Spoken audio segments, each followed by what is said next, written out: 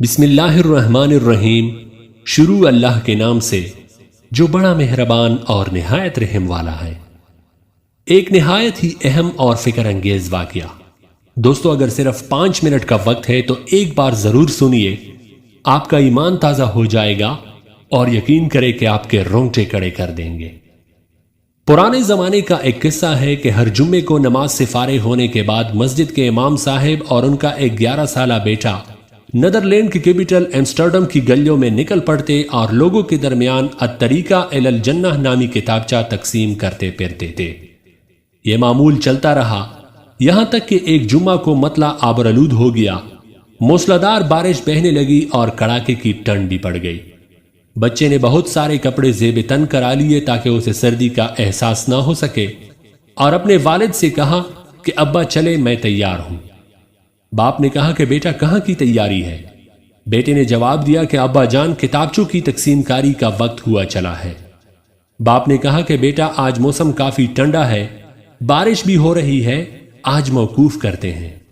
یہ سن کر بیٹے نے حیران کر دینے والا جواب دیا اور کہا کہ ابا جان، بہت سارے لوگ تو دوزخ کی طرف بڑھ رہے ہیں۔ باپ نے کہا کہ بیٹا اس موسم میں نکلنا ٹھیک نہیں۔ بچے نے کہا کہ اچھا ابا جان، مجھے اجازت دے دے، میں اکیلا ہی جاتا ہوں۔ باپ نے کچھ تردد کے بعد کہا کہ اچھا ٹھیک ہے، لیکن احتیاط سے جاؤ۔ 11 سال کا یہ بچہ وفور جذبات سے لبریز باپ کو شکریہ کہتے ہوئے نکل پڑا۔ اس عمر کے بچے عموماً لڑکپن کی خرمستیاں لوٹتے ہیں، لیکن یہ ننھی سی نوخیز کلی آفاقی ذہنیت کا شاہکار تھا۔ راستے بھر بیگتے بیگتے لوگوں سے ملتا رہا، کتابچے تقسیم کرتا رہا۔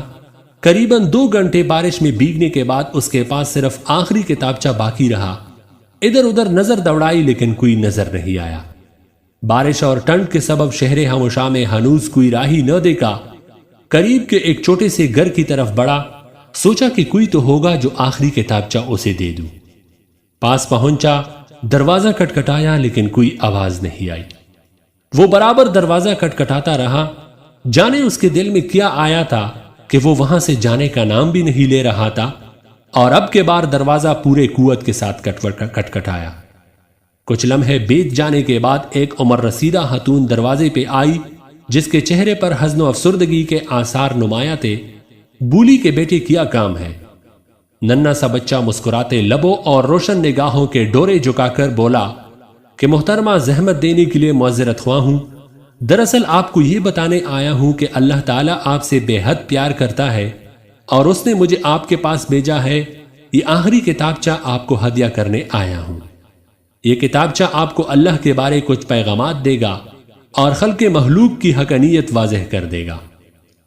خاتون نے کتابچہ لیا اور شکریہ کہتے ہوئی واپس اندر گئی۔ بچہ بھی گھر لوٹا۔ اگلے ہفتے جمعے کا خطبہ ختم ہونے کے بعد وہ بزرگ خاتون کھڑی ہوئی اور پورے مجمع سے مخاطب ہو کر کہا کہ میرا یہاں کوئی جاننے والا نہیں ہے اور نہ اس سے پہلے یہاں آنے کا کبھی اتفاق ہوا ہے۔ گزشتہ جمعے کو میں مسلمان نہیں تھی اور نہ ہی میں نے کبھی مسلمان ہونے کا خیال دل میں لایا تھا۔ کچھ ماہ پہلے میرے شوہر کا انتقال ہو گیا اور وہ مجھے تنے تنہا چھوڑ کر چلا گیا۔ اس کے جانے کے بعد زندگی بوجھل ہو گئی تھی، لطف زندگی ناپید ہو گیا تھا۔ گزشتہ جمعے جب زوروں کی بارش ہو رہی تھی تو میں نے ارادہ کر لیا تھا کہ خودکشی کر کے غم زندگی سے چھٹکارا حاصل کر لوں، کیونکہ مجھے جینے کی کوئی وجہ نظر نہیں آ رہی تھی۔ لہٰذا میں نے اوپر کے کمرے جا کر رسی اور کرسی کے سہارے جان دینے کی ٹھان لی تھی۔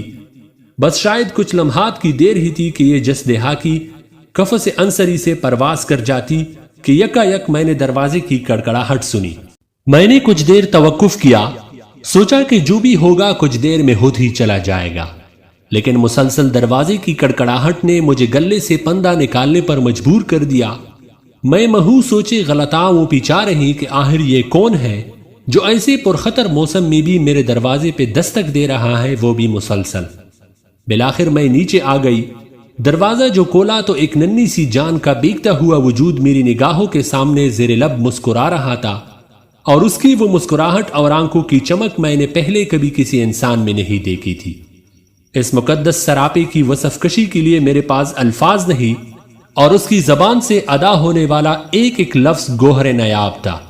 بس میرے قلب و جگر کی تختیوں پر اس کے الفاظ نقش ہو گئے۔ یوں لگا کہ اب میرے مردہ دل کو کسی نے زندگی کی سوغات عطا کر دی۔ اس کا یہ کہنا تھا کہ محترمہ، میں آپ کو یہ پیغام دینے آیا ہوں کہ اللہ تعالیٰ آپ سے بہت پیار کرتا ہے اور آپ کا خیال رکھتا ہے۔ پھر اس نے مجھے یہ کتابچہ الطریقہ الی الجنہ جو میرے ہاتھ میں ہے دیا۔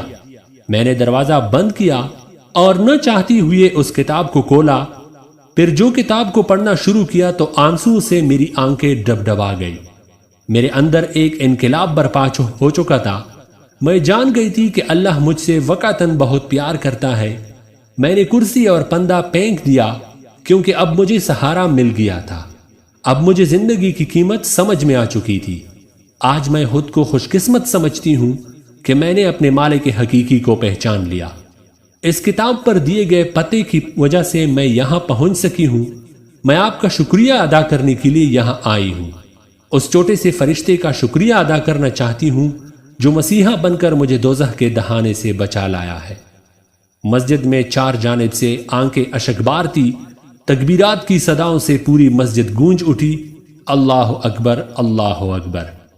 اتنے میں امام صاحب جو اس ننھے فرشتے کے والد تھے ممبر سے اتر کر لپک کر پہلی صف میں موجود اپنے لختے جگر بیٹے سے چمٹ گئے اور زور زور سے رونے لگے۔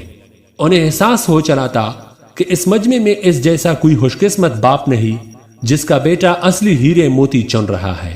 اسے یہ بھی احساس ہو رہا تھا کہ میں نے مجبوری اور عذر بیان کیا، لیکن اس کے بیٹے کے اندر لوگوں کی ہدایت کے تئیں ایسے جذبات ہیں کہ اب وہ شرم محسوس کر رہا ہے۔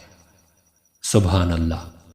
دوستو، یہ واقعہ تو ختم ہوا، البتہ ہمارے لیے اس میں اہم اسباق ہے۔ ہر کوئی اپنے آپ سے یہ سوال ضرور کر لے کہ کیا ہم نے کبھی اس طرح لوگوں کو آگ سے بچانے کی کوشش کی ہے؟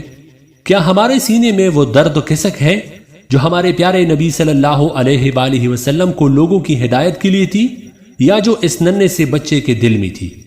کیوں نہ ہم آج سے عہد کر لے کہ جہاں جیسے جب بھی موقع ملے اپنے محدود وسائل کو بروئے کار لا کر دعوت اللہ کے فریضے کے ساتھ جڑ جائے۔ اللہ جل جلالہ ہم سب کو یہ توفیق عطا فرمائے، آمین۔